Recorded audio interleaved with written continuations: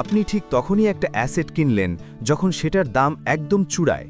এরপর দাম কমতে থাকে আর আপনি সেটা লসে ধরে রাখেন।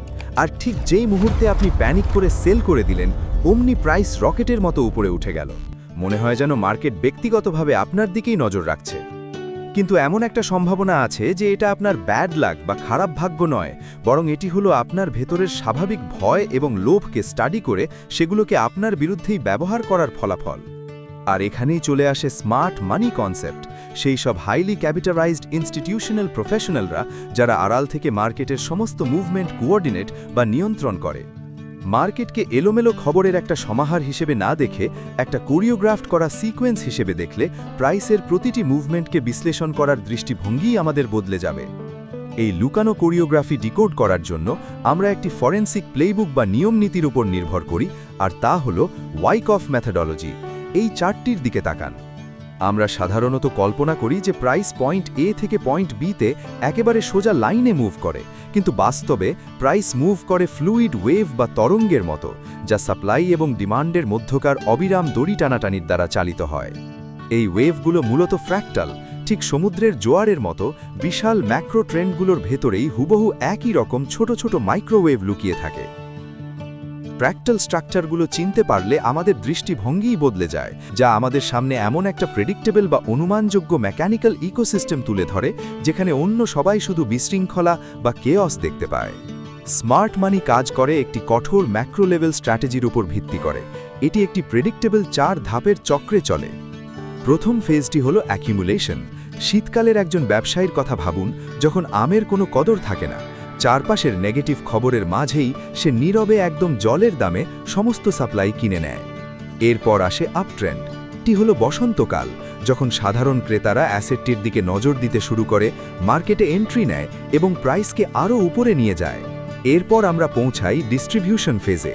এটি হলো গ্রীষ্মের কাঠফাটা রোদ। রিটেল ট্রেডাররা তখন চরম ইউফোরিয়ার মধ্যে থাকে। একদম রেকর্ড হাই প্রাইসে তারা লোভীর মতো বাই করতে থাকে। আর ঠিক এই সময়েই স্মার্ট মানি তাদের সেই শীতকালের সস্তা ইনভেন্টরি বা অ্যাসেটগুলো নীরবে সাধারণ পাবলিকের ঘাড়ে চাপিয়ে দিয়ে নিজেদের প্রফিট সিকিওর করে নেয়। প্রফেশনালরা একবার এক্সিট করার পর শুরু হয় ডাউন ট্রেন্ড। মার্কেটের শূন্যস্থান সাপ্লাই দিয়ে ভরে যায় এবং প্রাইস হুড়মুড় করে নিচে পড়ে যায়, আর রিটেল ট্রেডাররা আটকে যায় বিশাল লসের বোঝায়। সাধারণ ট্রেডাররা সিজন বা মার্কেট সাইকেল ভুল পড়ার কারণে টাকা হারায়। তারা গ্রীষ্মের চরম শিখরে বাই করার জন্য হুমড়ি খেয়ে পড়ে ঠিক যখন প্রফেশনালরা এক্সিট করার প্রস্তুতি নেয়।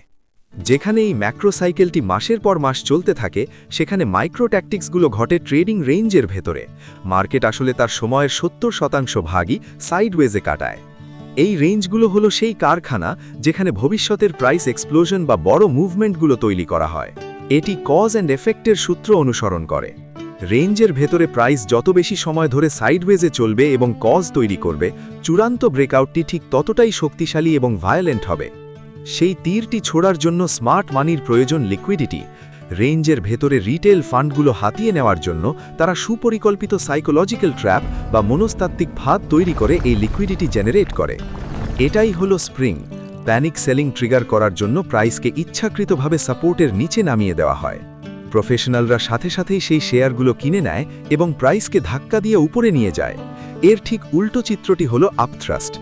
ফোমো ট্রিগার করার জন্য প্রাইস উপরের দিকে একটা ফেক ব্রেকআউট দেখায়।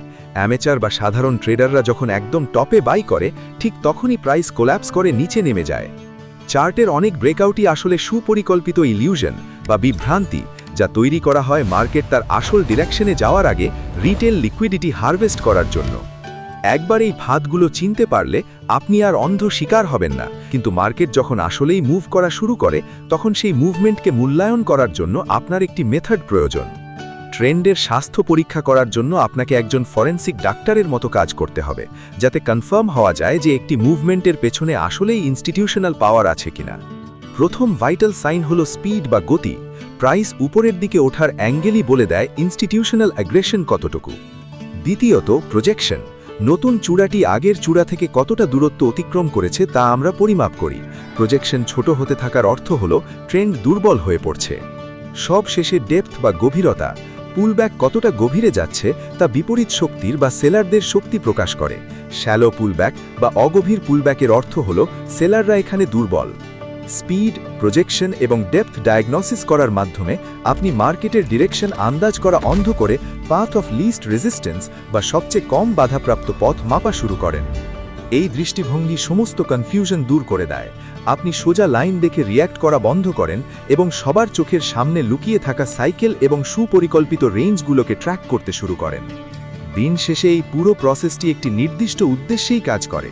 এটি অধৈর্য অ্যামেচারদের পকেট থেকে মূলধন বের করে একজন ইনফর্মড বা সচেতন প্রফেশনালের কাছে ট্রান্সফার করে। স্মার্ট মানির এই ডাকাতির শিকার হওয়া থেকে বাঁচতে হলে তাকে অবশ্যই ওয়াইকফ মেথোডোলজি অ্যাডপ্ট করতে হবে এবং মার্কেটের সেই মাস্টার ম্যানিপুলেটরদের রেখে যাওয়া পায়ের ছাপগুলো পড়তে শিখতে হবে।